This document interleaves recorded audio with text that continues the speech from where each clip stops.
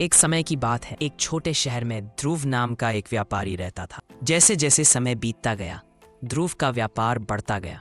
जहां पहले उसकी छोटी सी किराने की दुकान थी, अब वहां एक बड़ी चमकदार दुकान खड़ी थी। लोग कहते ध्रुव की किस्मत चमक गई है, लेकिन किस्मत चमकने के साथ साथ उसका स्वभाव भी बदलने लगा।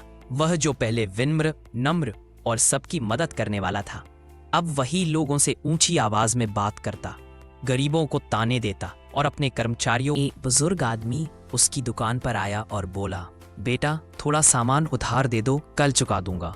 ध्रुव चिल्लाया, मेरी दुकान भिखारियों के लिए नहीं है। वह बूढ़ा चुपचाप चला गया, लेकिन उसके शब्दों का असर ध्रुव पर एक पल के लिए भी नहीं हुआ। दिन बीतते गए, धीरे धीरे व्यापार गिरने लगा, ग्राहक कम होने लगे, कर्मचारी काम छोड़कर जाने लगे। जहां कभी दुकान में भीड़ रहती थी, अब वहां सन्नाटा छाया था। ध्रुव समझ ही नहीं पा रहा था कि अचानक ऐसा क्या हो। एक रात वह थका हुआ घर लौटा और बिना खाए सो गया। नींद में उसे एक सपना आया। उसने देखा कि उसके घर का दरवाजा खुलता है और लक्ष्मी माँ स्वयं अंदर आती हैं। उनके चरणों से दिव्यता फैल रही थी।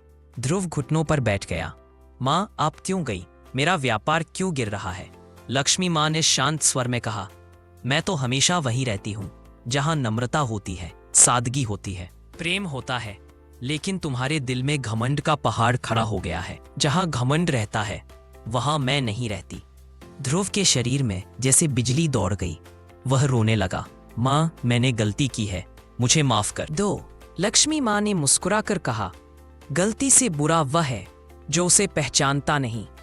यदि तुम मन से बदल जाओ तो सुख और धन दोनों लौट आएंगे।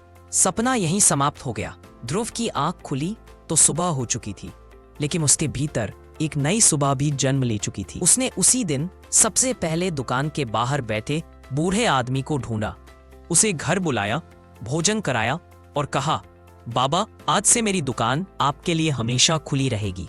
दुकान पर जाकर उसने अपने कर्मचारियों से माफी मांगी, ग्राहकों से नम्रता से बात की। हर उस जगह जाकर उसने हाथ जोड़कर कहा, मुझसे गलती हुई थी। धीरे धीरे लोगों का भरोसा फिर लौटने लगा, ग्राहक फिर आने लगे, धंधा फिर चमकने लगा। कुछ महीनों बाद उसकी दुकान पहले से भी ज्यादा चलने लगी। ध्रुव अक्सर मुस्कुराकर कहता, धन कभी भागता नहीं, बस अहंकार से दूर रहता है।